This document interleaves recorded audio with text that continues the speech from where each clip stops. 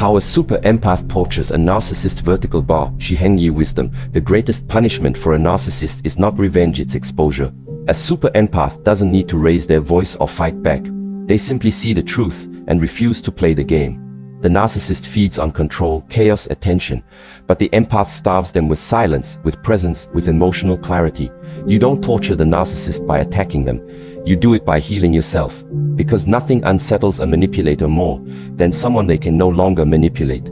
Stay until the end. The final lesson is where the real power begins. The narcissist's only weapon is your reaction. The narcissist does not dominate by strength.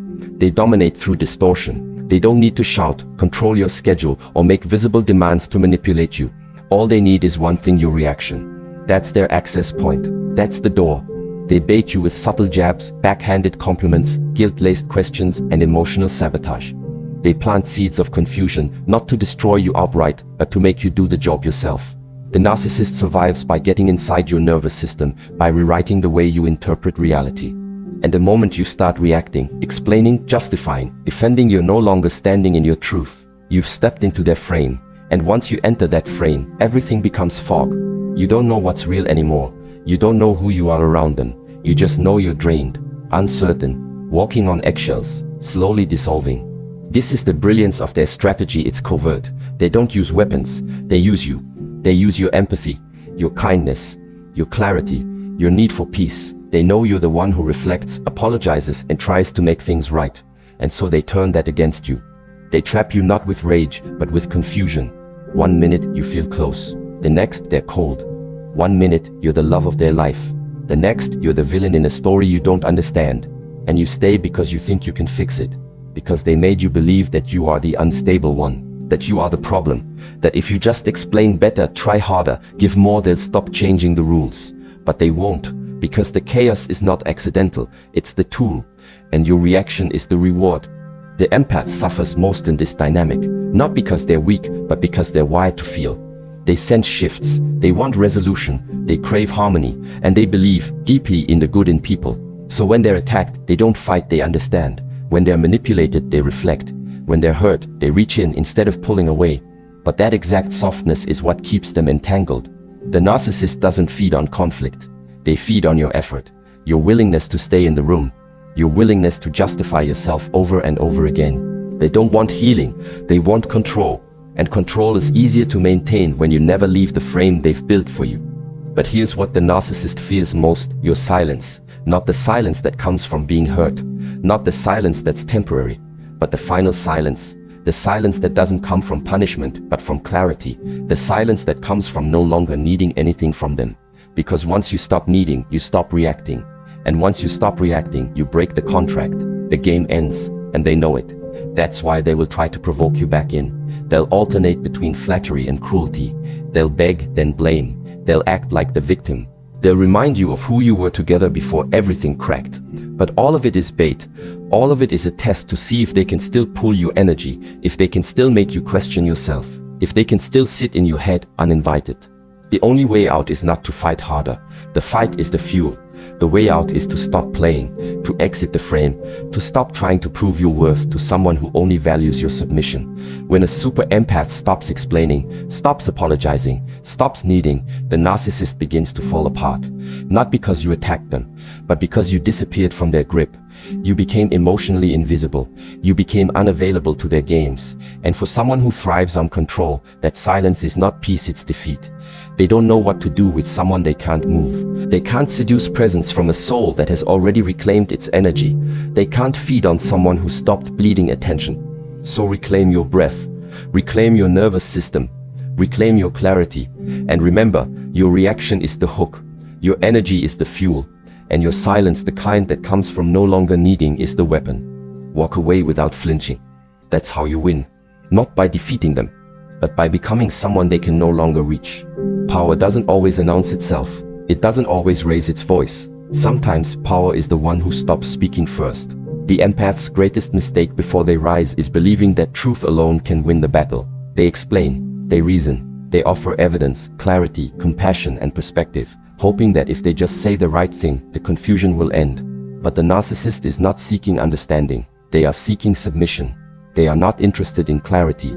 They are addicted to control. And the more the empath speaks, the more the narcissist tightens the rope, twisting words, weaponizing kindness, turning logic into loops that drain the spirit. This is not a conversation. It's a performance. One designed to keep the empath entangled long enough to forget where they started, to forget who they were before they began explaining themselves. But the super empath, once awakened, plays a different game. They stop explaining, not because they've given up, but because they've seen through. They understand that truth doesn't need to wrestle, that dignity doesn't beg, and that the one who needs to manipulate reality through distortion has already revealed their weakness. So the super empath doesn't retaliate. They withdraw, not in fear, but in power, in clarity, in sacred distance. They move from defense to discernment, from arguing to observation, from reaction to stillness. And this stillness is not passive. It's not silence born of collapse. It's silence born of command. Because nothing destroys the narcissist faster than the absence of emotional fuel. They don't fear anger. They don't fear argument. They fear the void, the emptiness where their chaos used to echo back. They fear the mirror that shows them nothing but their own distortion, without anyone else to distract or devour. When the super empath goes quiet, something begins to shift. The narcissist feels it. The weight of their mask starts to tremble. Because their power has never come from within, it has always come from what they could pull out of you. Your attention, your emotion, your vulnerability. But now, it's gone. You're still. You're watching. You're no longer trying to fix, to explain, to prove. And in that space, their identity begins to unravel. Not because you destroyed it, but because you stopped holding it together. They don't know who they are without your emotional reaction. They don't know how to maintain control in the face of quiet resistance. Because they've spent their life mastering the art of pulling strings, but you've cut yours. You're no longer a puppet in their show. You've stepped off the stage. And now, there's only silence. But this silence is not empty. It's full of sovereignty, full of healed boundaries, full of energy you've reclaimed. You no longer live in response to their chaos. You no longer shrink to keep the peace. You no longer mirror their madness in the name of compassion. Because now you understand, not everyone is ready for your softness. Not everyone deserves your attention. And not everyone will meet your depth with depth. Some will only try to control it, diminish it, exploit it. And your power is not in fixing that, it's in walking away from it, completely, quietly, without needing to be understood, vindicated, or even heard. The super empath doesn't win by out-talking the narcissist. They win by becoming unreachable. Their energy becomes clean, focused, untouchable. They no longer walk into emotional ambushes. They no longer carry the weight of someone else's wounds. They've stopped treating dysfunction like a puzzle to solve. Instead, they've become a mirror, silent, centered, and the narcissist. They can't survive that. They can't manipulate silence. They can't twist stillness. They can't feed off what refuses to flinch. So if you are the empath, know this: your silence is not weakness. It is strategy. It is strength. It is the moment you stopped performing for someone else's dysfunction and started returning to yourself. The moment you stopped being baited, drained, and broken and became the one thing the narcissist cannot touch: free. Boundaries are the empath's weapon. A super empath doesn't seek revenge. That idea doesn't even live in their consciousness once they awaken. They don't need to match the narcissist's chaos or prove anything through conflict. Because when they finally step into their power, they realize something far more profound. They don't need to destroy the narcissist, they simply need to become inaccessible. They don't burn bridges out of rage. They build walls out of clarity, not reactive walls, not defensive armor, but quiet, unshakable boundaries made of pure self-respect. The kind of boundaries that don't scream, don't shake, and don't need to justify their presence. They simply exist, and that existence alone becomes the beginning of the end for the narcissist. You see, narcissists don't just manipulate people, they feed off them. Your kindness, your forgiveness, your instinct to explain yourself, those are all sources of fuel. Not because they want to understand you, but because they want to own you. Your reactions, your emotions, your confusion, that's their currency. They don't operate in love. They operate in control. And control requires access. But when a super empath evolves, when they stop playing therapist to dysfunction and start protecting their own nervous system, the access is cut off. Not with rage, not with drama, but with something far more devastating: silence wrapped in structure. The empath used to feel guilty for setting limits. They would hesitate to say no. They would collapse under emotional pressure, thinking compassion required tolerance. But after enough cycles, enough betrayals, enough gaslit nights wondering if they're the problem, their nervous system learns, their soul tightens, and then something clicks. A realization sharper than any confrontation: I don't owe my energy to anyone who manipulates it. That is the shift. That's when the doors close not out of punishment, but out of peace. And once those doors close, something terrifying happens on the other side. The narcissist is left alone. Alone with their own echo. Alone with the absence of control. Alone with a calm they can't penetrate. They knock and the empath doesn't answer. They bait and the empath doesn't bite. They provoke and the empath doesn't flinch. What they used to own, attention, emotional dominance, psychological space, is no longer available. And this silence isn't passive. It's not cold. It's sacred. It's earned. It's the sound of an empath reclaiming their timeline, their breath, their self-concept. And for the narcissist, that silence is not peace, it's starvation. Because here's the truth. Narcissists don't know who they are without reflection. They don't have a stable identity of their own. They require mirrors, other people to project themselves onto. And when the empath stops reflecting, when they stop carrying the weight, when they stop adjusting themselves to avoid being misunderstood, the narcissist begins to unravel. Not because they were defeated in battle, but because the battlefield was abandoned. The game ended, the stage went dark, and there's nothing more painful for someone addicted to control than irrelevance. Boundaries are the empath's weapon. Not walls of fear, but walls of standard. Not silence of avoidance, but silence of alignment. The kind of silence that says, I see you, I understand you, and I no longer participate. It is the stillness that drives a narcissist to madness, because they were built to thrive in chaos, and you no longer live there. They were trained to dominate in disorder, and you've replaced every point of entry with peace. Now the narcissist has nothing to argue with, nothing to flip, no reaction to twist. The script is done. The empath has rewritten the narrative, and they wrote themselves out of it. This is the highest form of power, not dominance, not vengeance, but emotional sovereignty. The super empath becomes self-sourced, no longer needing closure, no longer seeking validation, no longer questioning their worth based on someone else's broken lens. They don't look back because there's nothing left to fix. They don't explain because clarity has replaced confusion. And they don't chase because they've finally come home to themselves. So understand this. The game doesn't end in war. It ends in detachment. Not because you stopped caring, but because you started choosing yourself. The inner work that destroys the outer game.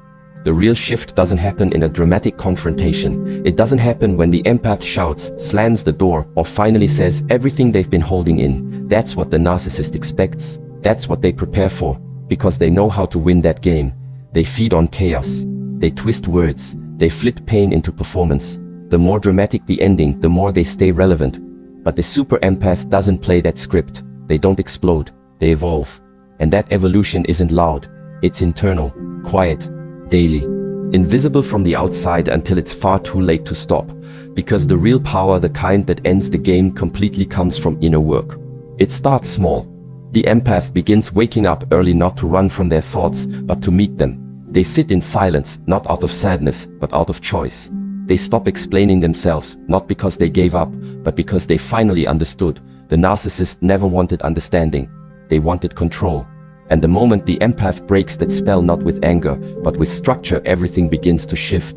The empath builds rhythm where there was once chaos. They create habits. They return to the breath. They stretch their body. They ground their nervous system. And every day they repeat that practice, they become less reactive, less chaotic, less available to the noise. The narcissist, watching from a distance, maybe through social media, maybe through mutual circles, maybe just in their mind, starts to feel something they never expected: irrelevance. Because what they counted on was collapse. They thought the empath would fall apart without their attention. They expected a storm of messages, a cycle of emotional collapse, a series of regretful calls. They expected to be begged for closure, chased for answers, fought for. But that never comes. Instead, they're met with silence. Worse than silence, distance. Emotional, spiritual, psychological. The empath has left the playing field completely. And now the narcissist is left with something they've never truly faced before: their own reflection. Their control doesn't work anymore. Their chaos doesn't land. Their manipulation bounces off. Because the empath isn't playing the role anymore, they've become a mirror. And mirrors don't speak, they reflect. This is where the narcissist begins to crack. Because their entire illusion of power was built on a single idea: access. As long as they could access your attention, they had control. As long as you kept responding, reacting, returning, they were fed. But inner work cuts access at the root. The routines, the breath work, the emotional discipline, the reflection. These aren't just self-care, they're weapons. Not weapons of war, but weapons of alignment. Every time the empath chooses structure over reaction, they sever a tie. Every time they journal instead of justify, they reclaim a piece of themselves. Every time they respond with calm instead of chaos, they take their power back, until eventually they are no longer a version of themselves that the narcissist even recognizes. This is the true death of the narcissist's fantasy, not through rage, but through irrelevance, not through revenge, but through the complete collapse of the frame they built, because that frame was always an illusion. Their power was never real, it was borrowed, it only existed as long as you gave it life. And now, it's gone. Not because you destroyed them, but because you built you, stronger, quieter, more grounded than ever. They don't know how to reach you anymore, not because you're hiding, but because you're healed. So keep doing the inner work, keep rising in the hours no one sees. Keep breathing when the old triggers try to pull you back. Keep creating rhythm when emotion wants to create noise. Because every time you do, you rewrite the story not just of your relationship, but of your identity. You go from empath to alchemist, from victim to mirror, from energy supply to sovereign force. That's what the narcissist cannot touch.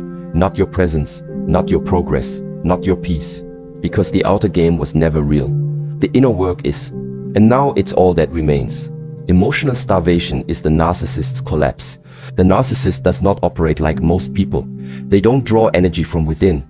They don't create peace, build meaning, or experience intimacy in the way emotionally whole individuals do. Instead, they survive by feeding on the feelings of others, especially the deep, rich emotional landscapes of empaths. That's their currency. That's their oxygen. It's not love they want. It's not connection they seek. It's supply. Attention, reaction, emotional volatility, those are their resources. And this is why they hunt empaths with such precision. Because empaths feel everything. They give more. They care more. They explain, they soothe, they absorb, they reflect. To the narcissist, an empath isn't just a person, they're a well. A bottomless source of emotional substance. A living, breathing resource. But what the narcissist never expects is the moment the well runs dry. Not from exhaustion. Not from collapse. But from clarity. From evolution. From the super empath who no longer plays the part. Who no longer justifies, explains, or reacts. Because the moment the emotional supply is cut not through drama, but through stillness, the collapse begins. The narcissist doesn't fall apart when you scream. They don't unravel when you fight back. They thrive on that. Conflict feeds them. Attention, positive or negative, is still energy. Even pain is valuable to them, as long as it keeps them in your head, in your heart, in your space. But when they are met with nothing, that's when the true destruction begins. No attention, no validation, no resistance. Just a clean, quiet presence. Just focused energy, just peace that no longer needs to be explained. To the narcissist, this is not just silence, it's starvation. Peace cannot be provoked. Clarity cannot be manipulated. And when you no longer feel the need to be heard by someone who was never listening in the first place, you become immune to their game. That immunity is the collapse. Because their entire identity, the image they curate, the dominance they crave requires a stage. And now that stage is empty. The audience is gone. The story is over. You've walked off not in anger, but in truth. The narcissist doesn't spiral because you left. They spiral because you no longer look back. They can't manipulate what no longer engages. They can't dominate someone who no longer reacts. That absence becomes unbearable. Not because they loved you, but because they lost control over you. Narcissists don't know what to do when they become irrelevant. And irrelevance to them is death. Not literal death, but ego death, identity death. Because they've spent their entire existence surviving on emotional oxygen provided by others. And now the valve is closed, the silence is firm, the peace is permanent, and the game is gone. This is what emotional starvation really looks like. Not loud, not explosive, but still, quiet, unshakable. The empath doesn't disappear in rage. They rise in discipline. They breathe. They move forward. They stop giving second chances to someone who only saw them as a resource. And in doing so, they stop being a mirror for the narcissist's projected image. They become a mirror to themselves instead. And that mirror shows strength, not softness. It shows peace, not performance. And that peace doesn't just heal the empath, it destroys the narcissist. Because nothing breaks someone addicted to control more than not being needed, not being missed, not being relevant. That's what burns the deepest. Not being fought but being forgotten, not being confronted but being ignored. Because in the narcissist's world, silence isn't golden, it's fatal. It means the story has ended. Their name is no longer written in your mind. Their voice no longer echoes in your chest. Their grip is broken not by force, but by detachment. So let the silence hold. Let your peace speak. Don't chase, don't explain, don't return. Just be rooted, clear, calm, That is what breaks them, not noise but your refusal to supply it. Because when you take your energy back, you take their power with it. And that is how you end the cycle, not with noise, but with nothing. A super empath tortures a narcissist not by breaking them, but by refusing to break for them. Not by hurting them, but by healing themselves. Not by attacking, but by rising in silence, in focus, in peace. You don't win by becoming like them. You win by becoming you fully, freely, and without apology. In the end, they will beg for access. They will try to return. They will test the door. But the super empath has already moved on. Not with hate, but with peace. And that peace, that is the deepest pain a narcissist can feel. Because it's the one thing they can never fake and the one thing they will never have.